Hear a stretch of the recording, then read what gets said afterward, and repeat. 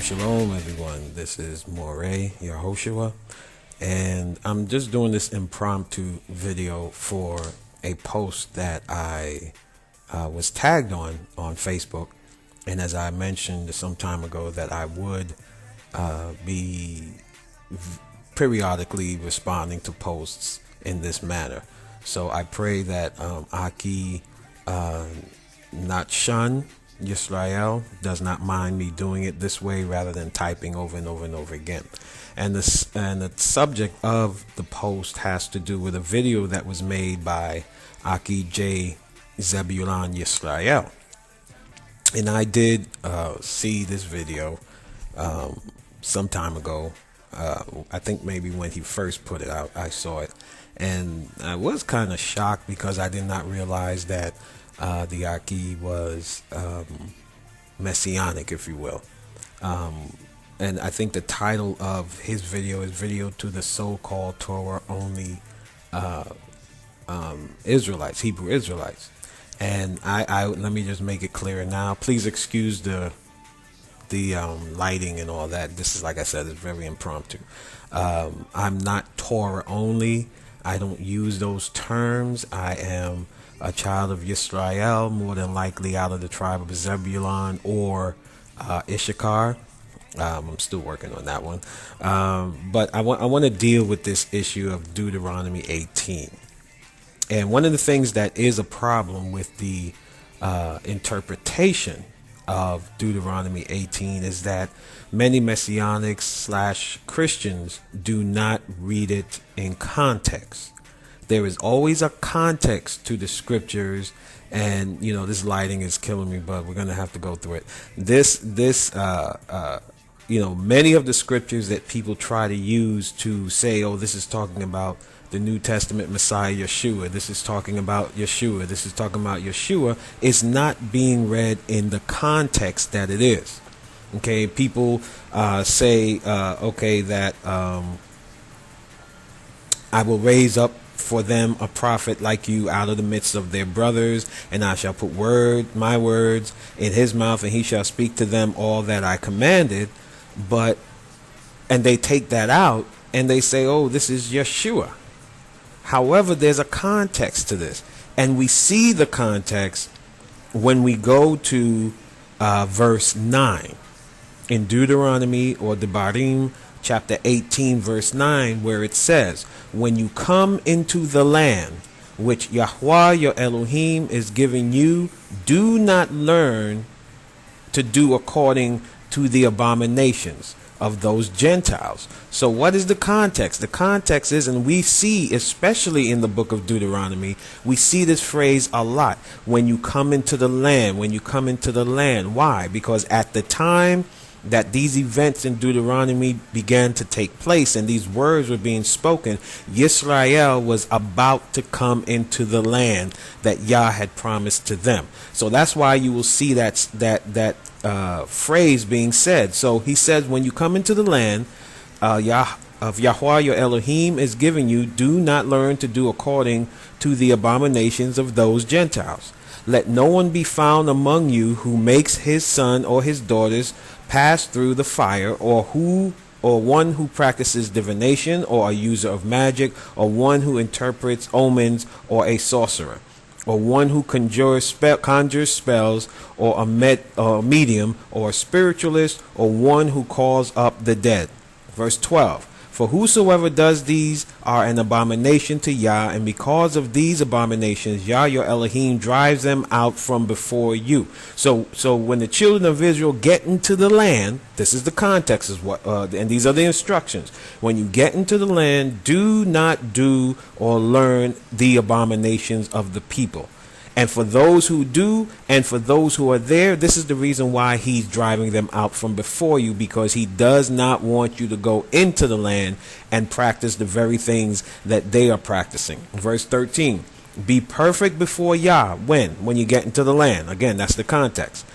Be perfect before Yahweh your Elohim, for these nations whom you are possessing do listen to those using magic and to diviners. But as for you, Yahweh your Elohim has not appointed such things for you when you get into the land. The purpose of us going into the land, if we read the book of Exodus, is so that we can serve Yah. One of the things that Yah told Moshe to tell Pharaoh is to let my people go so they can go into the wilderness and serve me. So what he's saying is, when you get into the land, I want you to serve me and not serve these people and not listen to these people who are diviners and magicians and so on and so forth. For why?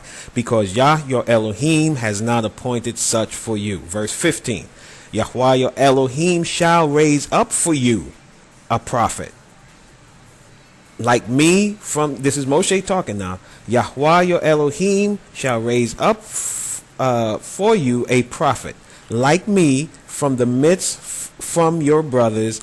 Listen to him. What is the context? The context did not change. From the time we started at verse 9, Moshe is talking to the children of Israel about when you get into the land. So when you get into the land, or before you get into the land, or for you in preparation for you getting into the land, Yah will raise up a prophet like me from your midst, from your brothers. Listen to him. Now, the word prophet there, let me just get I had to use an online thing because, like I said, it's impromptu. Not online, but my Bible, my program.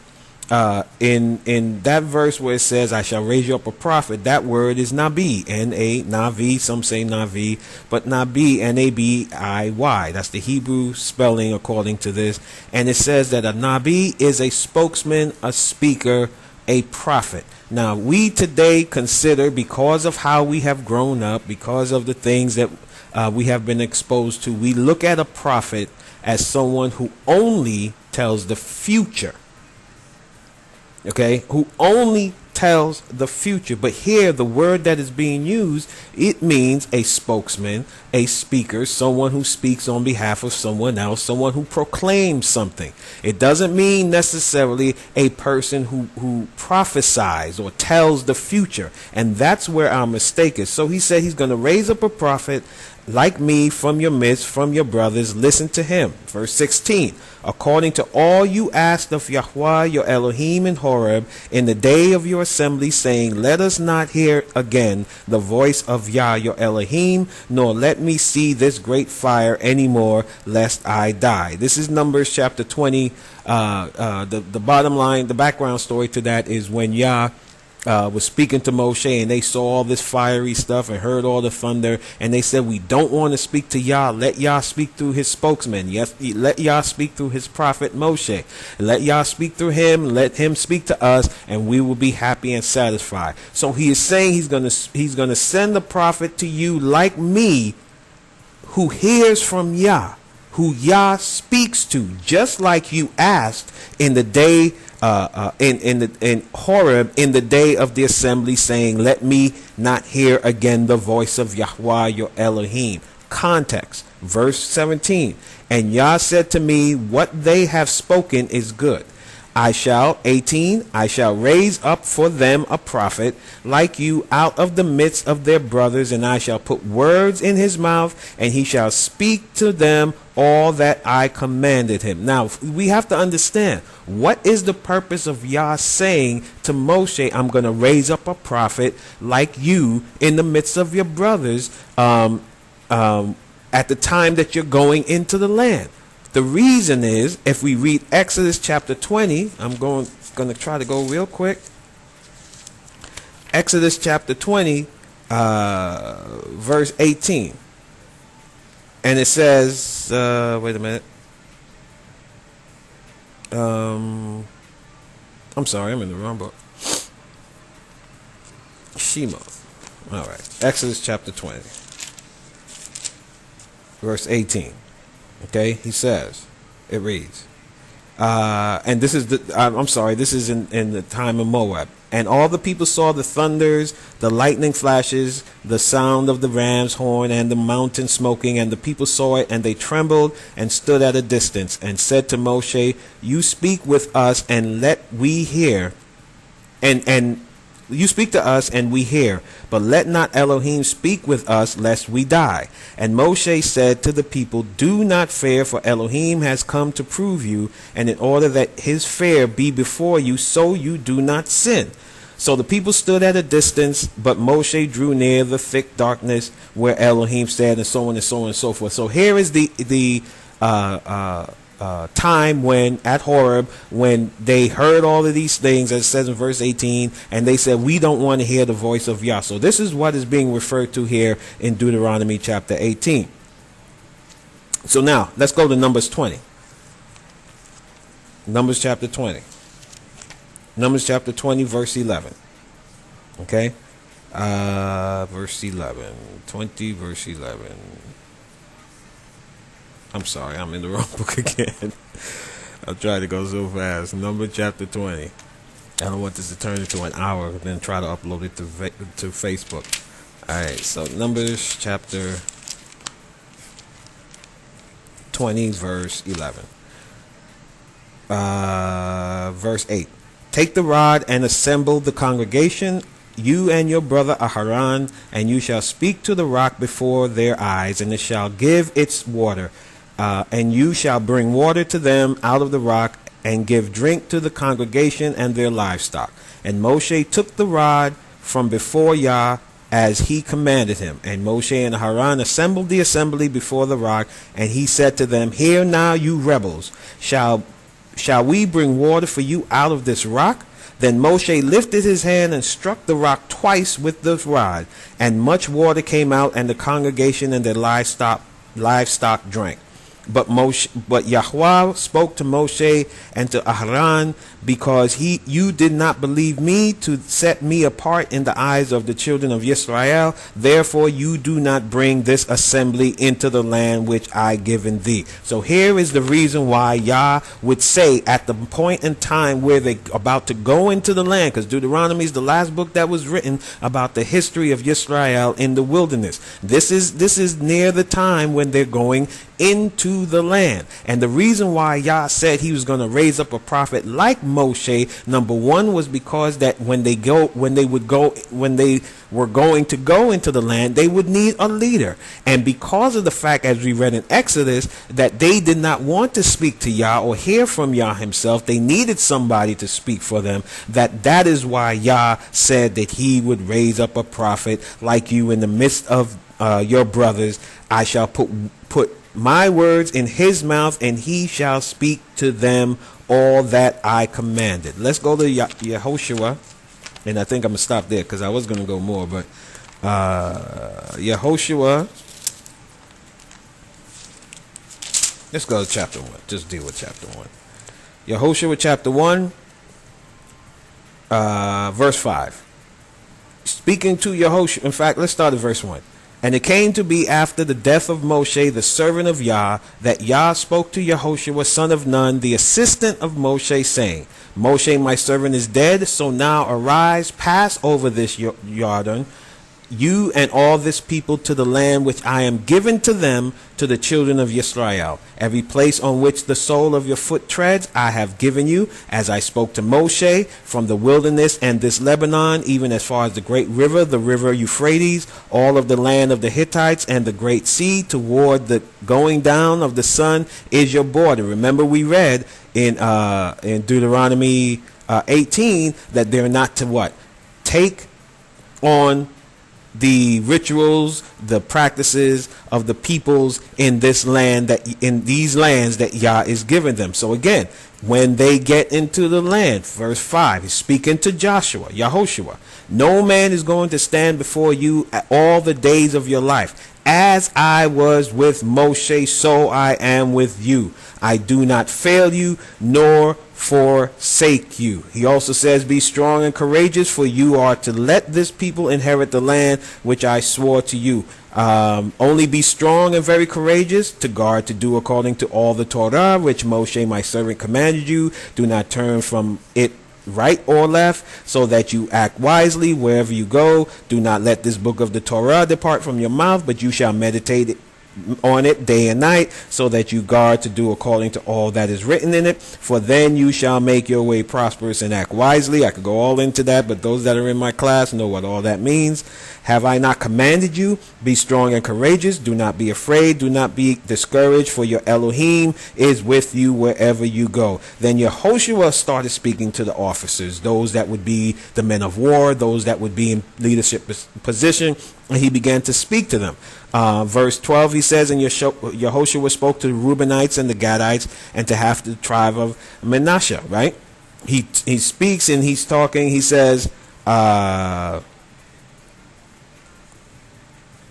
verse 17, the people say now. The people answered, verse 16, saying, all that you have commanded us we do, and wherever you send us we go, according to all that we obeyed Moshe, so we obey you. Only let Yahweh your Elohim be with you as he was with Moshe. This is in correlation to Deuteronomy 18:15. Let's read 18:15, which says, Yahweh your Elohim shall raise up a prophet for you a prophet like me from your midst, from your brothers. Listen to him. Yehoshua was the spokesman. Yehoshua was the assistant of Moshe. Yehoshua was the replacement. Why? Because Yah said in Deuteronomy 18:9, when you get into the land, do not do all these things. And when you get into the land, I will raise you up a prophet, or as you're going into the land, or just before you get into the land, I will raise up a spokesman like Moshe. I can go into more in this. Some of you on the post have gone into stuff that is absolutely correct. The word prophet does not mean someone who's telling the future. The word prophet just means a spokesman. Anyone who is speaking for Yah it can be considered in the Hebrew mindset, not the Greek mindset. You see, and for that brother, that Aki, in all love, you keep saying, you keep typing the Old Testament was translated in Greek. No, Aki. There are, I should say Cain, Aki. Some translations, especially the Septuagint, was translated from Latin, was translated from Greek. But remember, we have copies. We have manuscripts from the time that they were written, that were found, that are in Hebrew. And they are some of those were translated into Latin, some of those were translated into Greek, and then subsequently they were translated into English. But we do have versions that were translated from the original Hebrew copies that we have into English. So let's not try to say that, to put a monkey wrench into what it's saying and say that maybe people are misunderstanding scripture, or whatever the reason why it is that you're saying it. Shalom Aleichem. May the Most High bless you, and I pray that this video does help you to understand, Aki J. Zebulon, that the mindset of a Hebrew Israelite did not believe in Yehoshua or Yeshua, the New Testament Messiah. They did not. The children of Israel that was spoken to on that day in Deuteronomy 18 were not thinking 2,000 years later. They were thinking and knew that Yah was talking about when they got into the land, because Moshe would not be going into the land, and a successor would have to be named, and that successor was his assistant. I'm sorry if there's any popping. That successor was his assistant, Yehoshua. So I pray that you understand that we can't go into the Old Testament with a preconceived mind. I saw a statement where you said that how is it that you can go into the Old Testament and know this?